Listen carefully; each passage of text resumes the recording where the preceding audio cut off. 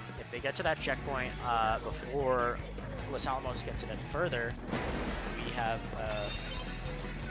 I think they're mental would be in a very good place to win this match. Obviously, this is just for fun. Everybody's here to learn, get better. Unfortunately, with the checkpoint acquired, they still do not have. They still have not caught up with the orange. But Ooh, Hobbs player out for blood. Goes in there and takes out 2. Rainmaker kind of decided to backtrack and go a different route, but there was a yellow player waiting for him. That's exactly where you have to communicate with the team and let them know you're trying to go for that side route, or else you're not going to have anybody to cover you when you go for that kind of play, even if it's just one. I think he thought his approaching teammate was an enemy there because he kind of used that Rainmaker shot up close and then rushed in. Our sword player keeping the distance, trying to get an explosion here. Yeah, I think Hobbs feels like their best bet is to space these guys out. I feel like they're doing a good job of that, and they're relying on the right equipment to do the job. See, blue, I like this sword player, but yeah, now that I look at it, this is probably Hobbs is probably very similar to the last loadout, and they really only have one long-range gun. They've got a paintbrush, a sword, and a bucket, and I feel like that doesn't give them any reliable long-range distance or paint cover. I think that could be why they're having such a difficult time in all these modes. In the future, I think they would want to swap some things out. Maybe get some dualies instead of the paintbrush, since they have the sword already. I definitely wouldn't be running the sword and the paintbrush. I feel like that is a little unnecessary. Los Alamos has made it not so close, even though Hobbs finally managed to get it past 70. I apologize, I don't know the order, but it seems like they were really waiting for Hobbs to get to the lead before really trying to push up with the Rainmaker. And that's kind of the biggest strategy I see from people in Rainmaker is getting that Rainmaker control, getting that progress, and then not even trying to risk going further than the first checkpoint if you're in the lead. It makes sense for the game mode, and it makes sense from a strategic standpoint as well. The squid coming through, but really only getting one, but that's okay because Los Alamos isn't really worried. Like I said, they're not really trying to go push up. They're grabbing Rainmaker just to gloat. Since there's only so much time left, they're on Hobbs' side, and that is our third game. Great performances from everybody, good matches, great sportsmanship from both teams and all the players here today at the NMSU Esports Invitational. Hobbs is out of the running, and I imagine that means all of our lovely Hobbs guests might be heading out of here soon. Thank you guys so much for coming. Thank you for coming and representing your team, your school, and helping NMSU Esports to make such a great event for everybody. Have a good day.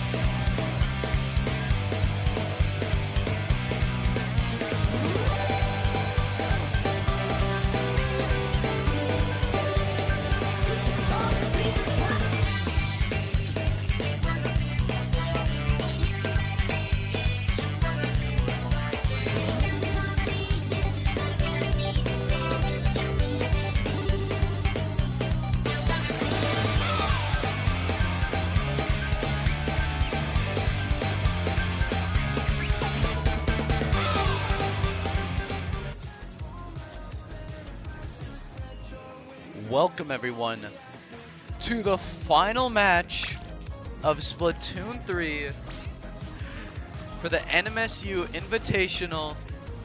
I'm certainly hyped about this. I hope you all are too. We've seen Los Alamos go through so much in one game, through some dark times and some very bright times. UNM, a tyrant that has not yet stopped winning, is going to be going against Los Alamos.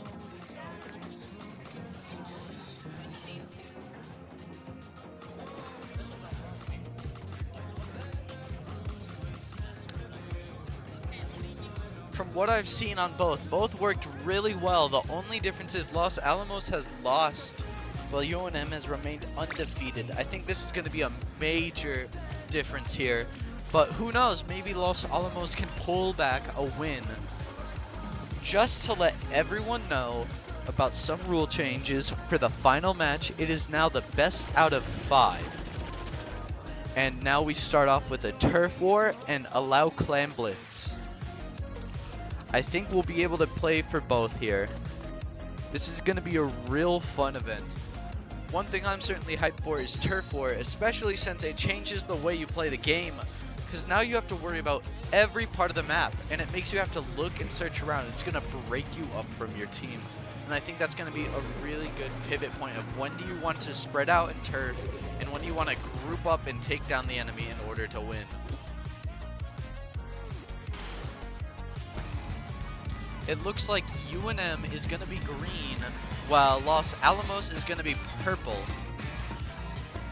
UNM? I got the colors flipped. UNM is purple, and Los Alamos is green.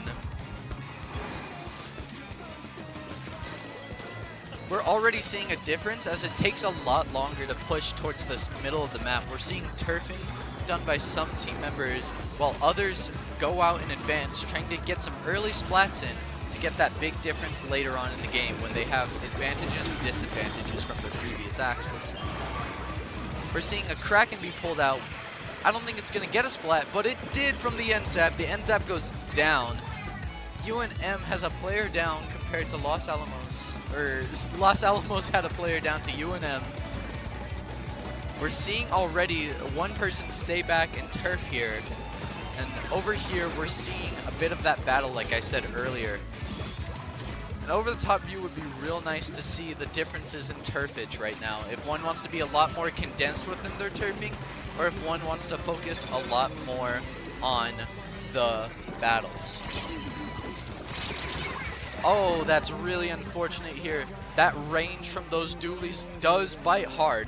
It's going to be a real close one, as I'm seeing some sways here with the looks like of UNM pushing up slowly but surely, like a creeping assault towards Los Alamos' base. We're seeing a flank here, but it gets caught mid-out, and it causes the death of one of the players from Los Alamos. This is going to be a real bad sign, but it gets traded off. UNM's taking so much land here. It's just crazy to think about how much of the turf Los Alamos has to come back and take. It's going to be a real fight here, as they've lightly covered the side of UNM, while Los Alamos has decided to build a lot more of their base in little bits and little nooks and crannies here. We're seeing a 2v2 happen. It looks like it's going to be a trade-off for a 2 death, 1 death. It's going to be a real interesting match here. Oh my god, we are at danger already. That is a dangerously low amount of ink to be hiding around, and with all that coverage, it just leaves UNM to have so much more options to keep up the assault and keep up turfing. I think we're going to be seeing a little flank here by what looks to be a scatter gun, a splatter gun. The Trizuka's going down at mid, maybe to get an early kill or just to turf up. But the Kraken's going to wipe out that push. We're going to really have to rely on those missiles here to do a lot of turfing, but with 4 seconds left in the match, it looks like UNM's going to take the win.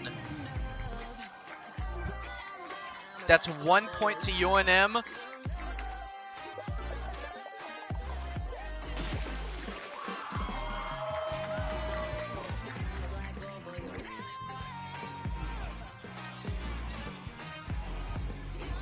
That was a great match. I think we saw a lot of teamwork from Los Alamos. They just couldn't recover from their losses. I think there could have been a lot done there when it came to recovery, and that just never happened. I think they had to get in a good flank and cover some of the pain that Purple had taken, so they had something else to focus on. I certainly agree, but the only issue with Turf War is that it's so unforgiving once you make one mistake, because that piles up. Unlike other game modes where all you have to focus on one little area that you can technically recover a lot easier, you have to worry about a whole map for Turf War, and you can't really make those pushes you want to make because you just don't have the land in the first place, and they're fighting for that. It's going to be very difficult to be able to push that.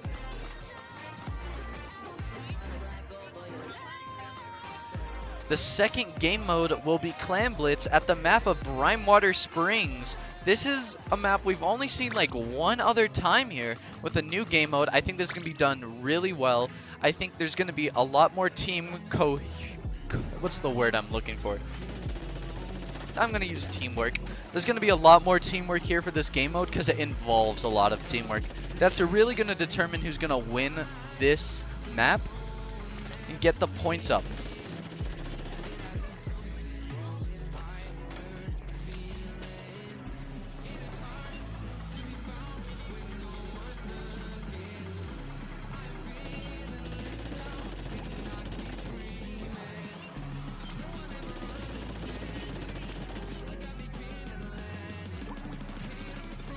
We're now waiting for everyone to queue up, and I think personally, if all can really go perfectly, Los Alamos can take a point, but that's just my speculations for now.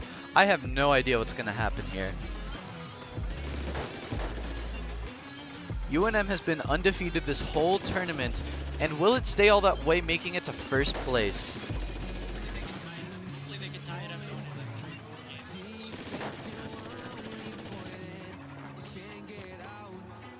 I agree. The real question is, will there be another DC in the match? We've had 2 this past 5 games, and I think that's crazy to think about.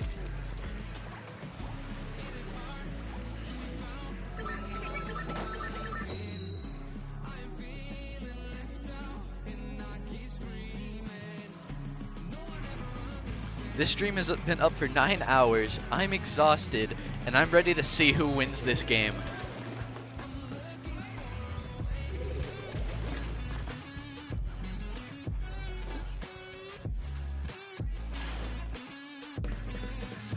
The match has now begun. Is anyone going to take any sideways to get to the main objective or the middle of the map closer? And we do see what seems to be UNM. I believe that's UNM. If not, Los Alamos taking mid control. If you don't know, UNM is purple and Los Alamos is yellow.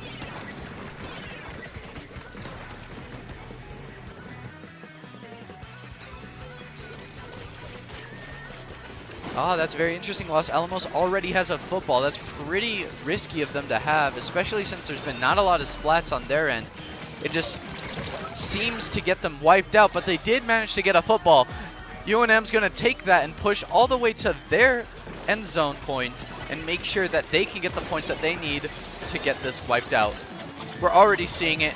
UNM is taking the lead. They're throwing in the clamshells right now in order to get under 40 points. I think there's going to be a little bit more just because of how much time is left within that opening gap area. I was stand and proven wrong. There's now going to be a football for Los Alamos to take for free right now, but they're not going to immediately take it because if they do and get splatted, the thing could despawn. The only way it doesn't despawn if it's created after losing the end zone. I think we're going to see a Kraken play in about 10 seconds here. I was technically right, just immediately pushing all the way deep into territory. I don't know how they're going to get out of this, especially since they didn't get any splat and they just got killed.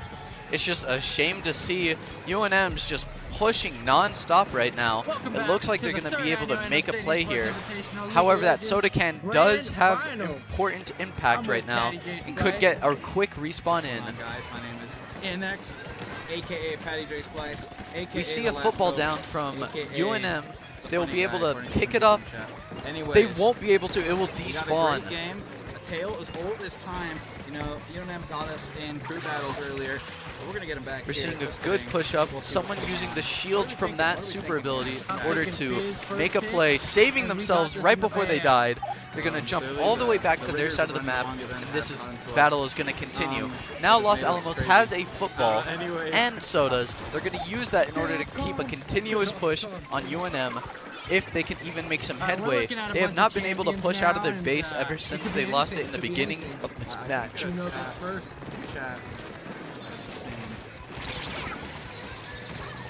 We're seeing a 2K happen here from Los Alamos getting UNM, being able to take the person who got the 2K and leave, waiting for the teammates to come back and support him. If they're playing against you, then maybe the Fizz back. I think there's going to be a play here in a few seconds. The football jumped in, landing, getting the football down. However, I don't see any big points happening. UNM now has a football and it seems to be making a mad dash. I don't know if this will be able to pay off though, because Los Alamos seems to have themselves back into that defensive position. However, it is a 2v4 right now on this main area of splatting and turfing. It looks like they made it towards the end zone and made some points in. They're going to throw in as much clams. There's 6 clams that there's only 2 more clams that they really need to bring in here. That's game! UNM 2, Los Alamos 0. Out here, most likely from UNM. They saw Frost going a little crazy earlier. We saw some today. great teamwork there. Gonna have to see. Tristana. First it comes out Tristana. Los Alamos gets to pick the map They might be looking for a similar comp than they did last game, which is not possible since Relish It could be decided right here. How you doing? Have you lost your mind yet, or are you still kicking? There's a lot on the line. It seems like it's a match point right now, and it will continue to be if Los Alamos wins one game. Anyways, Sivir. It looks like they're going to have to win 3 games in a row here in order to have a chance to beat UNM. UNM has a lot of free range to just relax and chill right now. They have 2 points on the board, so they don't have to worry too much about their next game. I do recommend they do, though.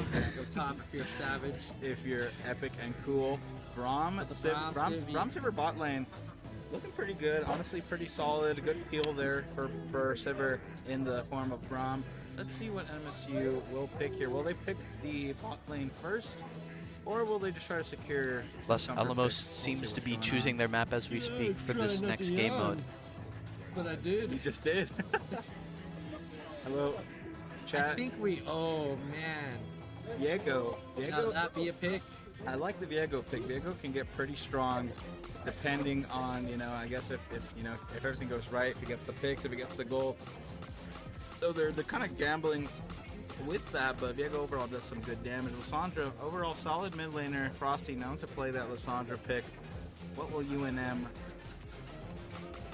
play in response? We're gonna do a really new map here, Maryland Airport. I've never played that map personally, and we're gonna be playing it on tower control. It will be Rammus. It will be the OK man. Definitely my favorite turtle.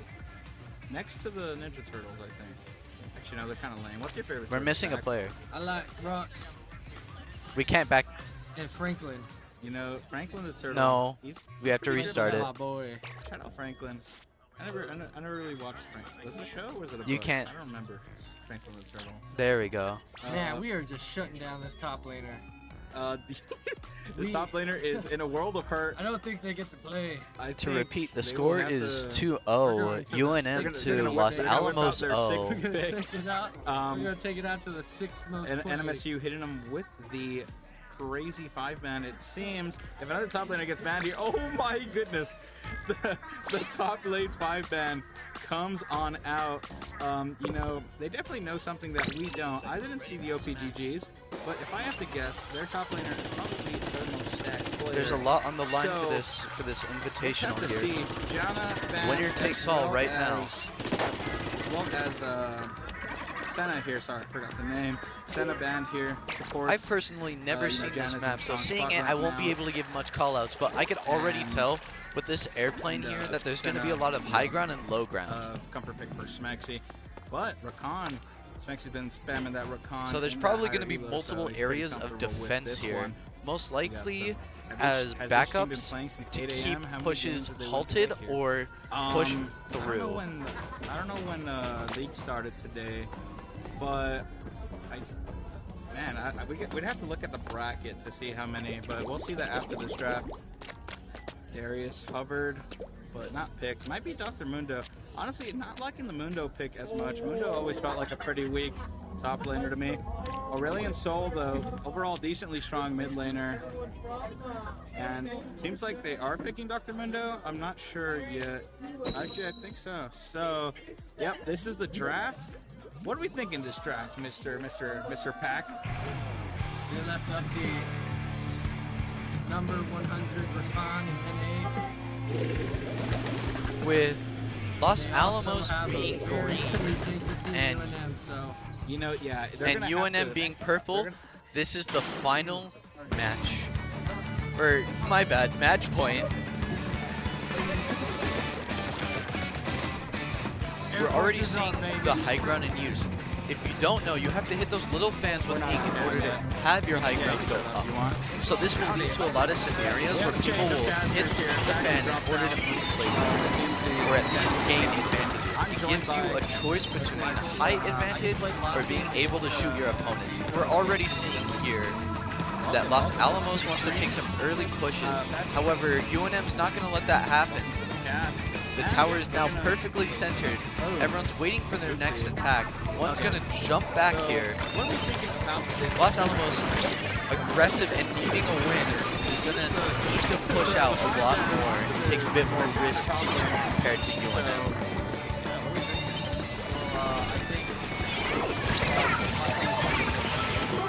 Two players down from Los Alamos. This is going to leave UNM in a big advantage to push tower right now.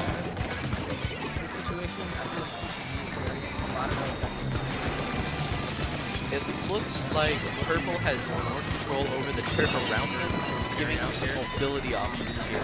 We even have a triple strike down that's going to be thrown right now in order to get some more turf and an attempt to kill someone.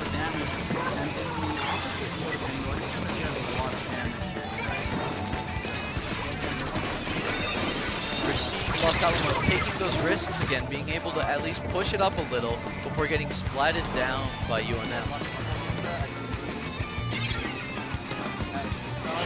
UNM's barely touching the objective, and when they are, they know that they're all going to be pushing at the same time.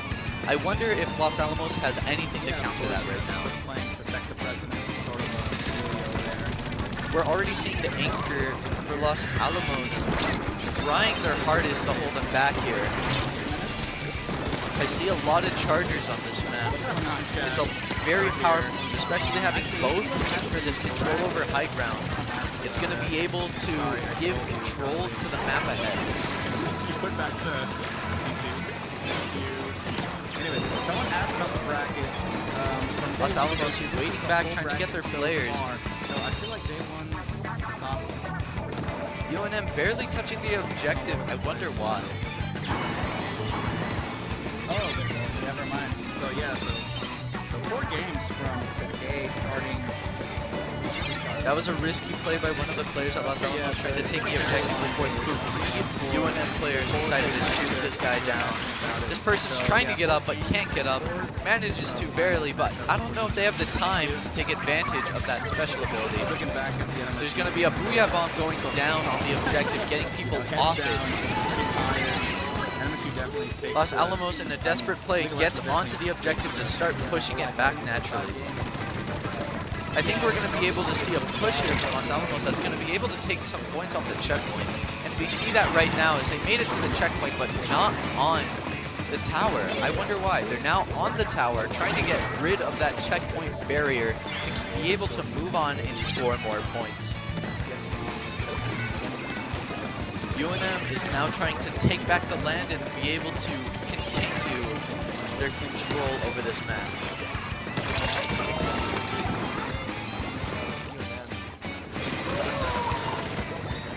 We're seeing a lot of trades here. There's never really a moment where there's more than one kill, and when it is, it's usually very defining here. You don't really see that much for what we've seen so far in this tournament, but this is a nice refresher to see. A constant back and forth is always welcome.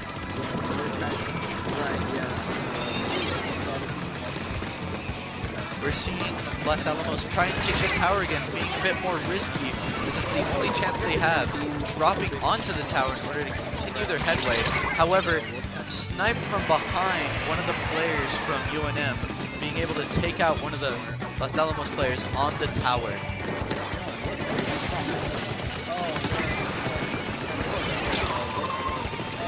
The high ground is very much being used here as a point of security, and when you just challenge that security, often it doesn't work out, or it doesn't give you the break you need. It doesn't give you that space in order to make moves. We're seeing that a lot. With 7 seconds left in the match, Las Alamos is making their final play, trying to push onto the tower, but it seems to be in vain, ending the game, UNM 3, Los Alamos 0. Especially in playoffs. Yeah, for sure, yeah. I wanted to see LeBron play last year when, Yeah. Nuggets were again. Oh, in the playoffs? Yeah, okay. That's what's up. Oh, yeah, I love the city. I love the state overall. You hate to see it if you're Los Alamos. Congratulations to both players for making it this far. This is a real nice refresher to see. Chilling. It's good to have you guys. I like the 3D actually. Really? Yeah. We've been on Yelp all day yesterday. With that, we thank you all for watching so much.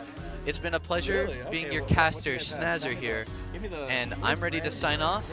Special thanks to all of our special guests as well as our guests. It's funny because like we probably spent more time. Wait, me? Yes, you. Okay, I'm Henry. Thank you so much all for watching.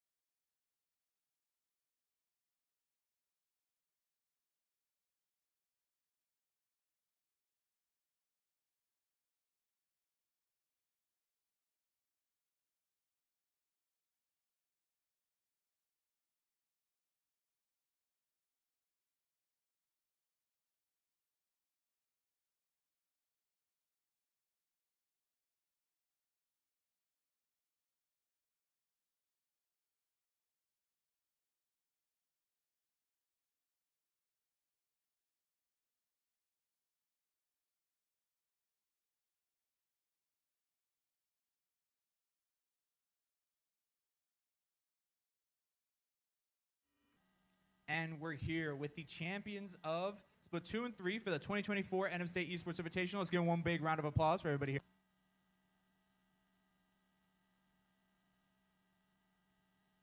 And with this win, the UNM Esports team takes home all 3 team titles for Nintendo. Congratulations on the Lobo sweep.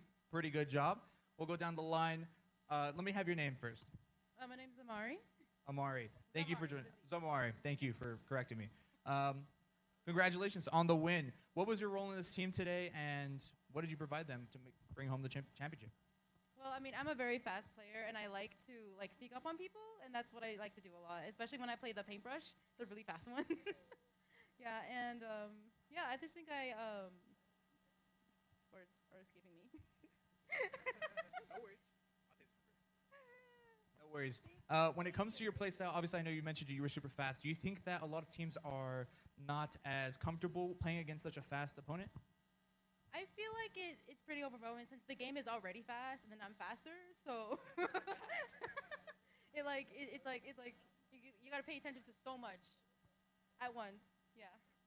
Definitely. You got to stay light on your toes, of course. I'm going to have you scoot down while I talk to your teammate.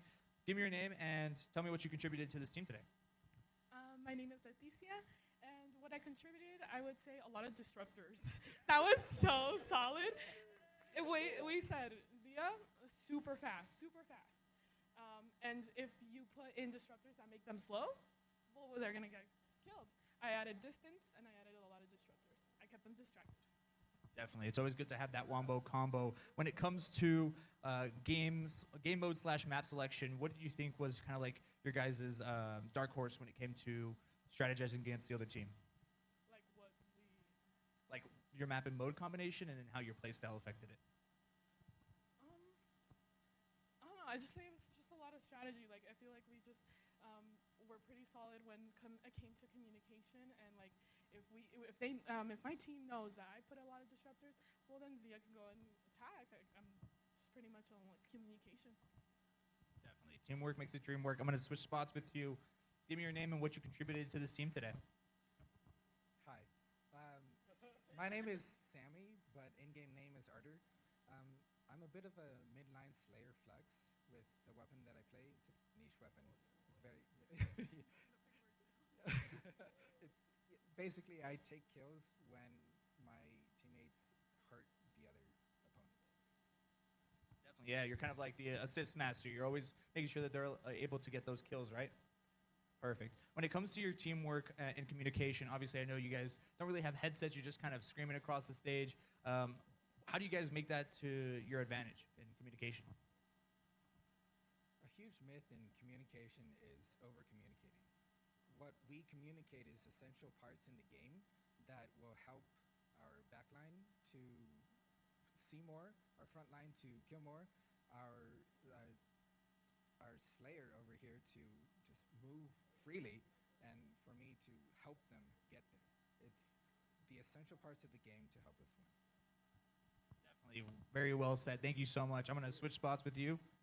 Go ahead and give me your name and what you contributed to the team today. Hello, my name is Axel, and I am in-game. My name is Yellow with one. I am basically the team's like central Slayer / like flex person. Like I try to balance out whatever the team needs in terms of like whether it's painting or more damage or a special that can contribute something necessary for stopping the enemy of sorts. Yeah. Definitely. Making sure you're kind of versatile like that. What's one of the big gameplay components that you think that your team really excelled at that a lot of other teams unfortunately missed? Well, communication is obviously a big part of it, especially in a space like this. We're just generally louder, I'd say, and as Sammy said, we also try to communicate what really matters and what like benefits each other individually, like and as a group, rather than things that could possibly distract us compared to others. Awesome. Thank you so much. Last but not least, I'll go ahead and switch spots with you. Go ahead. Awesome. And obviously, UNM, national champs in Splatoon. I believe you're on that roster as well that won that title. How does it feel to essentially come back to LAN after probably playing online, I'm assuming, right? Was that title? Coming from online, now onto LAN and proving yourself on LAN, how does that feel for you? Well, it feels really good. Honestly. I mean, we did it. We made it. We beat everyone. I can now say, legally, I am the best blob blobber in New Mexico. Definitely. And big congratulations to you guys. One more big round of applause for UNM Splatoon 3 team.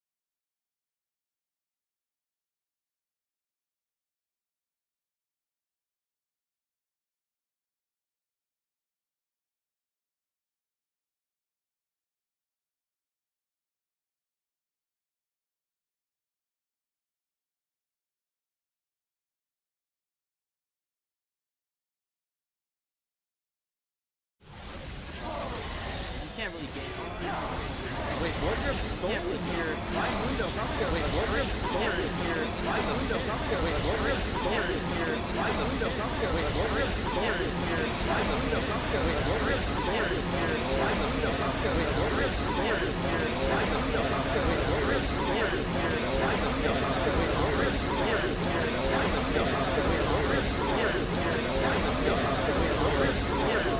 My window probably got Wardrobe stolen here.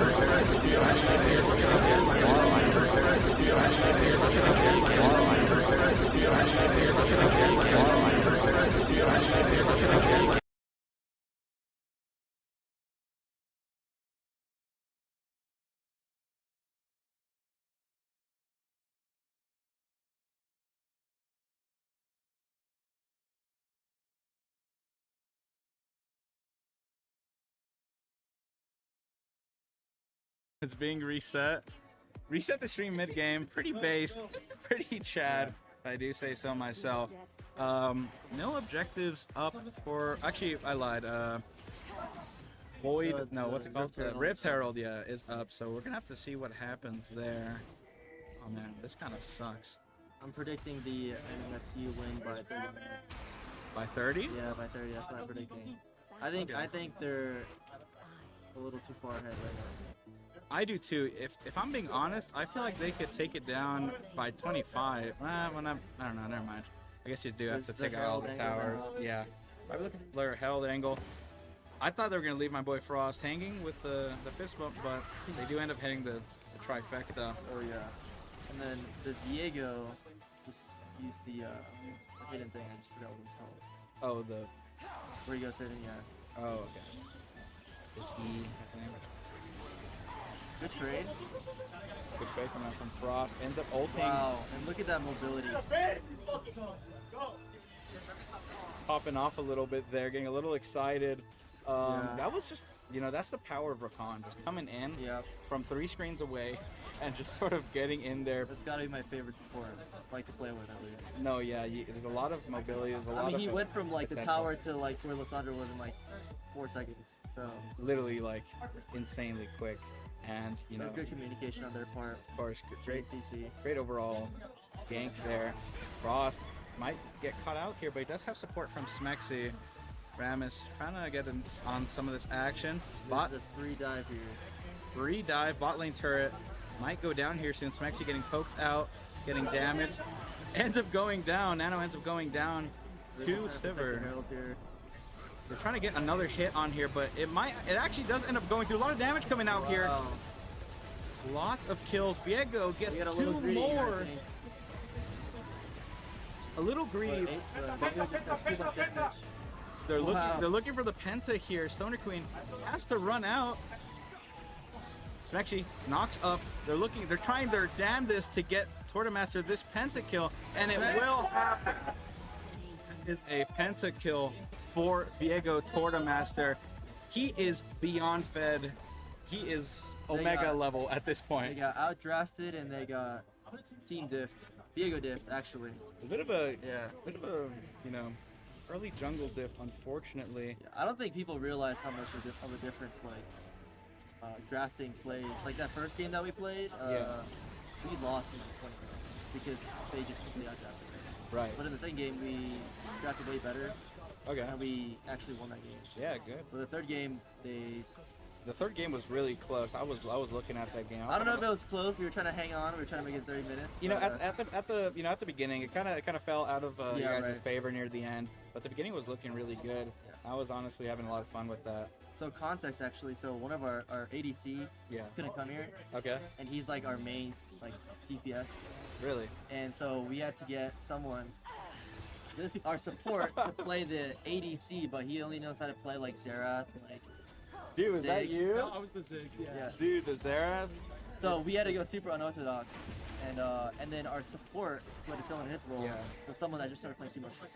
Oh, okay. So I'm like the fact that we even made it to the semis was pretty impressive in my opinion. You know, if I was looking at your guys' gameplay, I wouldn't assume that like your support was like new to the game. You know, I think you guys we are were pretty like kind of holding his hand the whole way, but yeah, I mean, you gotta kind of micro a little bit when playing with new players, but still, overall, not bad. Yeah, Not bad. kudos to him. Like he picked up fast. Like, oh yeah, that's what's up. League, I mean, to this day, I'm still very bad, but League, it takes a while to learn, and shout out to him for getting it down. And this guy actually started this year as he was Silver 1. Okay. And he ended Emerald 4. So that's pretty good. Emerald to Silver to Emerald, that's been a journey. That's what gold, flat. I'd say 3 ranks? I'd say the Air Force Academy's player development. Oh wait, hold on. Big fight coming out here. Lissandra, big ult coming out here. A lot of damage, but Viego ends up going down. That's a huge shutdown. That ends up going to Braum, which is not the best if you're if you're UNM here. Kungbik will end up just free farming these champions in the back. They are desperately trying their best to kill. Kungbik pops the shield, but not enough. Not enough damage. You know, that fight could have been worse. I think the reason why they lost is because the Soul Super Ultimate and they were all in the middle, and they just took a lot of damage. Yeah, definitely took a lot of damage early. Yeah. But I saw the Mordekaiser flash over the wall and ultimate the Soul. Right. I think if they were able to wait instead of kind of getting not caught out but like fighting a bit, and the Mordekaiser was able to get his ultimate off, I think they would have won that for sure. Absolutely, yeah. So overall, a lot of gold being influxed into UNM's pockets here. Unfortunately, money does end up going into Braum's pockets. Maybe he could get some Gucci support items with it. Yeah. But if you're UNM, you really want that gold to be on anyone else, literally anyone else. So, I mean, we'll have to see. That was a huge play for the UNM right there. Of course, that pretty much put them back in the game. I think so, yeah. And if they could get more, if they could keep catching people out like that or getting more good fights like that, then they're definitely back in the game for the sure. positioning was also pretty unfortunate for UNSM. UNM, yeah. UNM, or no, the state. NMSU. NMSU, because this is what they need. They need just catch people. Stoner Queen ends up going down. Another kill to Diego's the Baron pocket. here with the other 4 up. You know, I don't think it's that bad of a call. You know, Baron. Yeah, I think they should go for it. They're stronger here. They definitely are, and they're also up a man, so I feel like it should be pretty easy, unless some sort of crazy steal comes out here. They're pretty slow to melt it. We hear calls in the background. Huge Aurelion Soul ult knocks a Frost. They get the Braum ends up going down, but is that the target you really want? Tournamaster getting kind of low here. As UNM just falls and everyone else dies one by one. Great fight from NMSU there. That could have gone both ways. Great ult from Aurelion Soul, knocking up Frost there, sort of delaying that Lissandra ult for a little bit, but it does end up going out. I think the UNM should have committed when they saw the 3 on the Baron. I think they were kind of backing off, or they weren't really sure what they were going to do. UNM definitely has to be a lot more proactive here. I think because UNM is down, they need to be more risky with their plays. And I feel like they were trying to play in between, so. And we're seeing that now, you know, Mundo TPing to deny them this Baron. That's a tilt TP. Is it? Yeah, that's a tilt TP. You know, I mean, I guess it makes sense. Because I think the Rammus was already up. I don't think he needed the TP there, in my opinion.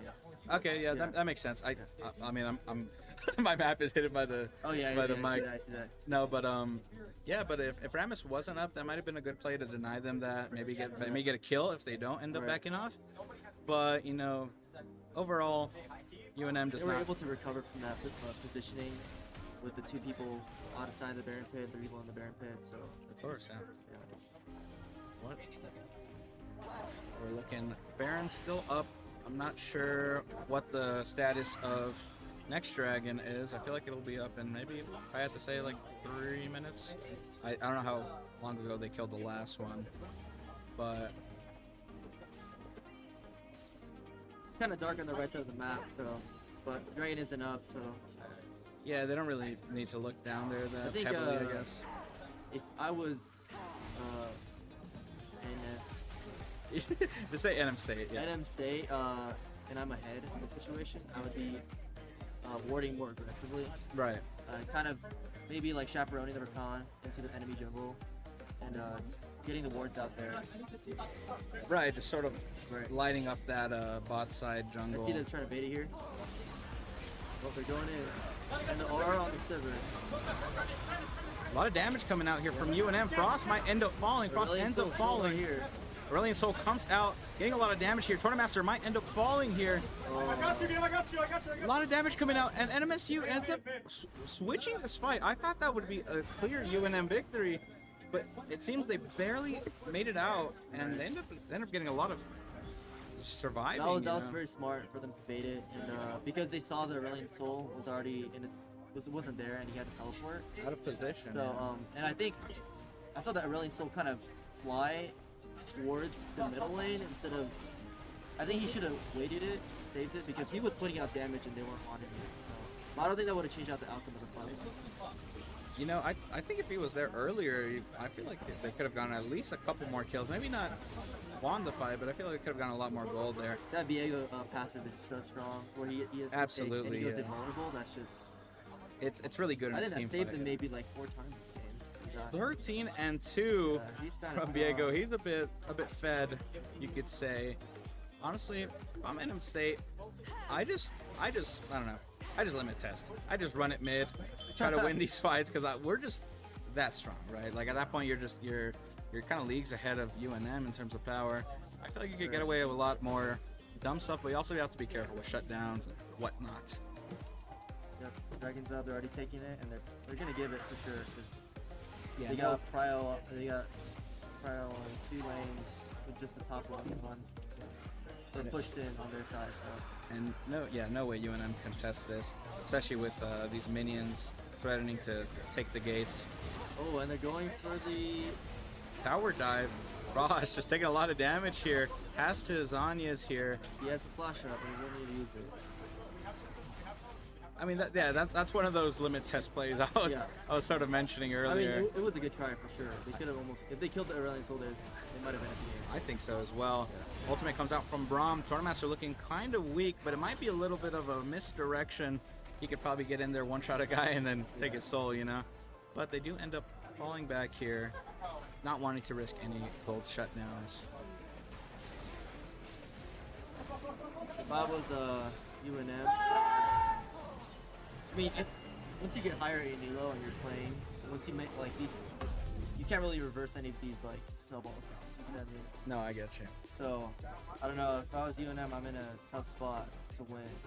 In general. I think so as well. I just try to put all my eggs into the Asoul Sivir basket. Sivir, a lot of items, 2 items here, and close to that 3rd one. So she might get online pretty good. You know, I've seen Sivir. Sivir's really good for turtling, you know, is it passive that chains onto, I don't think so, right? But the Sivir ability that chains onto different minions. Right, like she sends out mini rings. Yeah. So that's really good for kind of the end game, sort of holding off the minions from reaching the it'll gates. definitely help them prevent them from ending for at least a little bit. It won't be everything though, so. I think like we said during the draft selection, they just don't have enough damage. And you know, and that's just really being exposed here. They don't have enough threats, and if they're only counting on 2 people, and you know, one of them's not even that strong. Aurelion Soul is not, only has a couple kills here. Still does great damage when they are in the fight, but it's still just not enough. I think UNM next game is definitely going to change up their game plan. Got to focus on the draft more. Absolutely. And I think, yeah, they just got to work on their draft and, you know, their picks and whatnot, and just kind of go with it. I think, well, I mean, from what I saw in the draft, I saw that Rammus picked 3rd, I think, on the UNM side. Right. When they saw the Tristana and the Diego. but Absolutely. that's the danger of picking Ravage early. Oh, and A lot of damage coming onto NMSU. Frost has to get out of here. Might burn, but doesn't actually end up dying here. Smexy one shot. Let's pass go to work. Absolutely, that's a lot of damage here. Aurelian Soul unable to get the kills, and they all live by the skin of their teeth. Actually, Viego does end up going down, but this looks like it might just be game. It's over. Yeah, the minions are storming the gates. Do they have enough minions? They could also tank it. It's,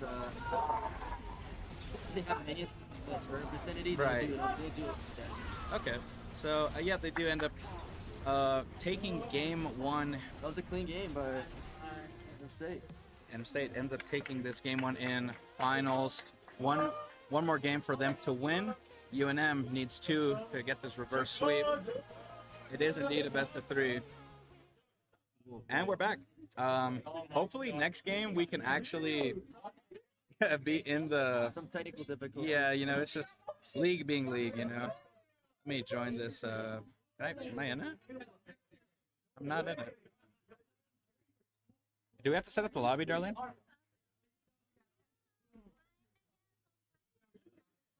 I appreciate you having me for the stream. I'm gonna have to head out. So. Of course, man. Yeah. Brother. Appreciate you Yeah. joining the stream. Yeah.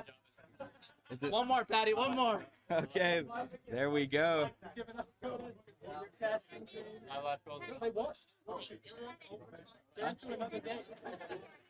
What's up?